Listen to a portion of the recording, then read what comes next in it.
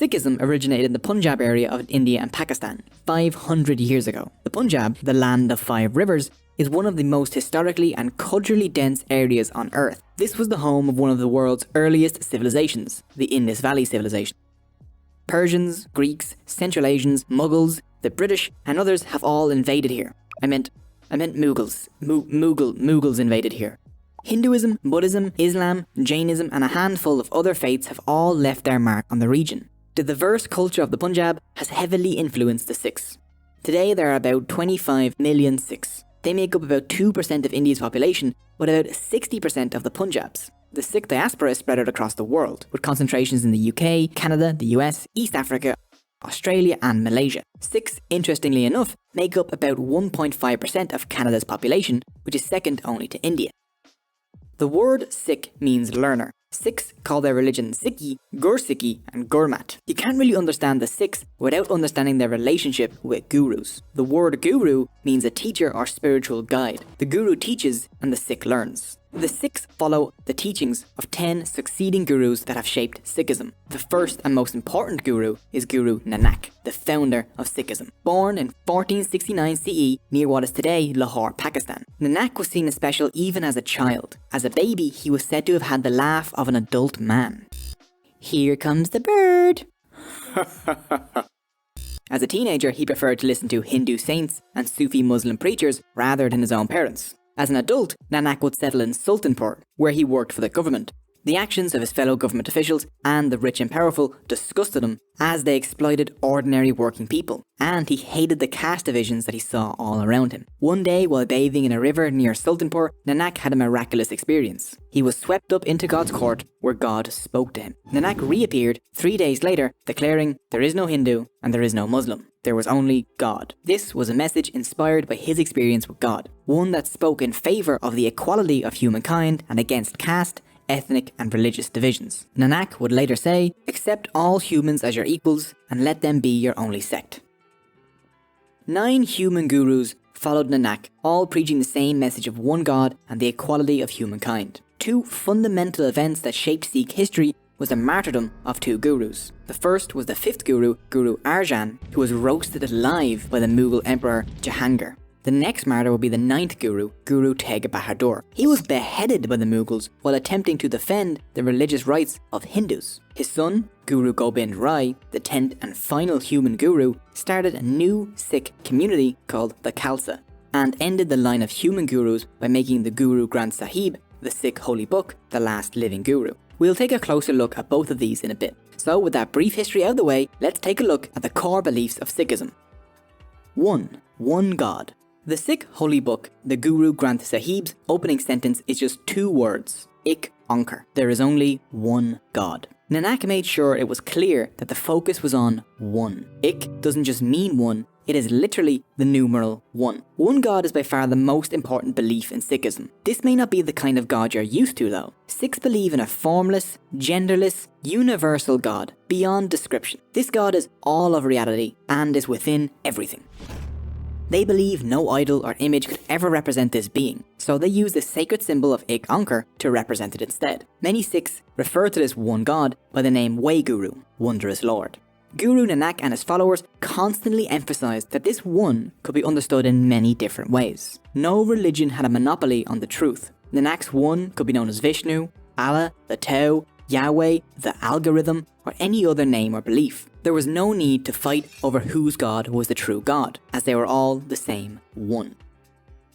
Recognize all mankind, whether Muslim or Hindu, as one. The same God is the creator and nourisher of all. Recognize no distinctions among them. The temple and the mosque are the same, so are Hindu worship and Muslim prayer. Human beings are all one. Guru Gobind Singh. The lack of a gender for this one God means that there is no difference between men and women in Sikhism. Sikhism was among the first major world religions to make the radical suggestion that maybe, just maybe, women are people too. Women in Sikhism have fought battles, led religious services, and even acted as some of the longest reigning leaders of the entire community. Sikhism isn't based on doing things to get into some heaven or hell. Hell is just life on earth, which your soul is constantly reborn into after you die, which is pretty dark. You see, Sikhs believe in reincarnation and karma, similar to Buddhists, Hindus and Jains. But Sikhs believe that karma is modified by God, as in, karma might decide what life you're born into, but God makes sure that anyone can become a good person in their lifetime if they try. The goal of Sikh life is to break free from the cycle of rebirth by merging your soul back into God's soul. One does this by realizing that you are already a part of God. You just need to let go of your ego. When your soul remerges back into God's, this is called mukti, which is similar to Hinduism's moksha and means liberation. When you remerge, your soul is released from the cycle of rebirth and death and becomes infinite, timeless, and blissful. This is the closest thing Sikhs have to heaven. 2. Maya. Sikhs believe that God is and created reality. But we forget this because humans are distracted by illusion or Maya, which is anything that takes your mind off God. Maya keeps people trapped in the cycle of rebirth and death. Guru Nanak thought that Maya built a wall between people and God. The wall of Maya is built with the 5 thieves: lust, anger, greed, attachment, and pride. It is the duty of all Sikhs to avoid these thieves. The 5 thieves are caused by how mai, literally I, myself. How mai makes people say, I am this, I am that, and it separates you from others, which blocks you from realizing your oneness with God. This ego causes people to live only for themselves, to spew negativity, and to crave power and wealth. Such a person is called munmuk, facing towards desires. Guru Nanak saw the world's problems as the negative effects of ego. Hindu versus Muslim, Israeli versus Palestinian, sitting down wipers versus standing up wipers. All of these conflicts are caused by ego and Maya. The Guru Granth Sahib said it is not religion or race, but it is wealth that divides brothers. But Guru Nanak taught that there was another direction people could face. By being a spiritual person, practicing compassion, truth, contentment, humility, and love, and meditating on God, you could instead become Gurmukh, facing towards the Guru. How does one become Gurmukh and egoless? Well, Sikhism offers a path to follow that can help, called the 3 pillars. 3 pillars. The 3 pillars are 1. Nam Japo, which is meditation on God and the reciting and chanting of God's name, Waheguru. This is normally done in the morning and before bed. This isn't supposed to just be some mindless ritual either. Sikhs are supposed to genuinely reflect on the qualities of God as they do this. 2. Kirat Karni, working hard and making an honest living. Guru Nanak said, only he who earns his living by the sweat of his brow and shares his earnings with others has discovered the path of righteousness.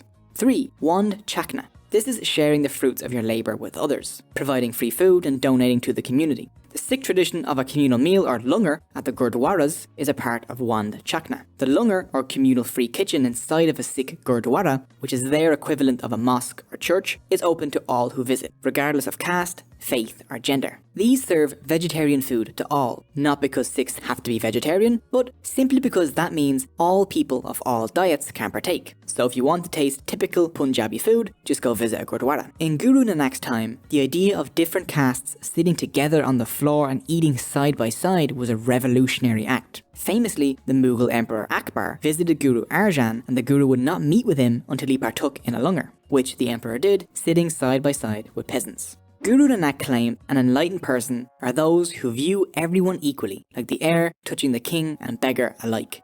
Another vital part of Sikhism that isn't one of the 3 pillars is seva, which is selfless service. Through service to their community, Sikhs can become more humble and overcome their ego. Seva can include cleaning up the Gurdwara, preparing food, or cleaning dishes in the langar, or it can include volunteering, building things for your community, or subscribing and ringing the notification bell on educational YouTube channels. Through remembering God's name, honest work, and sharing, along with selfless service and avoiding the 5 thieves, a person can rid themselves of egoism and be released from the cycle of rebirth and death.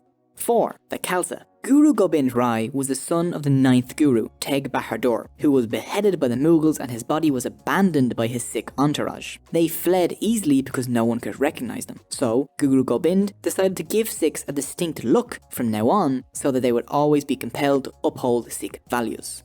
So, in 1699, Guru Gobind brought his Sikhs together at Anandapur. After their morning prayer, he stood in front of a huge crowd and demanded a human sacrifice. The shocked crowd was silent for a while before one Sikh rose up and entered the Guru's tent. The Guru followed him in, and then the Guru comes out with blood on his sword. He demands another sacrifice. Another Sikh offers themselves and enters the tent. Again, only the Guru comes back out of the tent, bloody sword in hand. Again, another sacrifice, and again, and finally, after the 5th sacrifice, the Guru re-emerges with the 5 Sikhs all wearing saffron coloured robes. The Guru declares that these are the Panj Pyarang, the 5 beloved ones. They would form the centre of a new Sikh community called the Khalsa. He offered them Amrit, a bowl of sweetened water, and all 5 who belonged to different caste groups drank the Amrit from the same bowl, which would have been a huge deal back then. This signified they had joined a new casteless family, the Khalsa. Each of these volunteers had to leave behind their old surnames or caste names and adopted the same surname, Singh, which comes from the Sanskrit word Simba, meaning lion. I know, right? It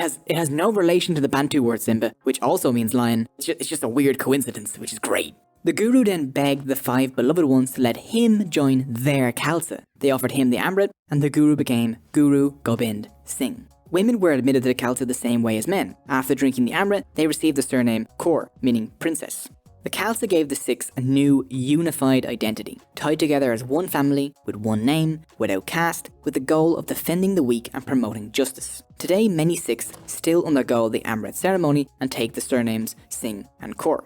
The Khalsa were also given new rules to follow, which included the wearing of the Panj Kakar, or the 5 Ks. The first was Kes, which is uncut hair to represent discipline. The second was Karga, a small comb in the hair. The third was a Kirpan, a sword to uphold justice and protect the weak, which is nowadays usually a small sword. It is importantly not an offensive weapon, and the Sikh Code of Conduct claims it can only be used to destroy tyrants and oppressors. It must not be used for anything else. The fourth is Kakahira, kind of loose-fitting boxer shorts to represent sexual restraint. And the fifth is Kara, a steel bracelet. Its circular shape represents the infinity of God. Interestingly, the turban is not one of the 5 Ks. Instead, it's worn to cover the Sikh's long, uncut hair, the Kes. Turbans have become essential to Sikh identity and hold very special significance to them. Chances are, if you see someone wearing a turban, the vast majority of the time, that person will be a Sikh, not a Muslim.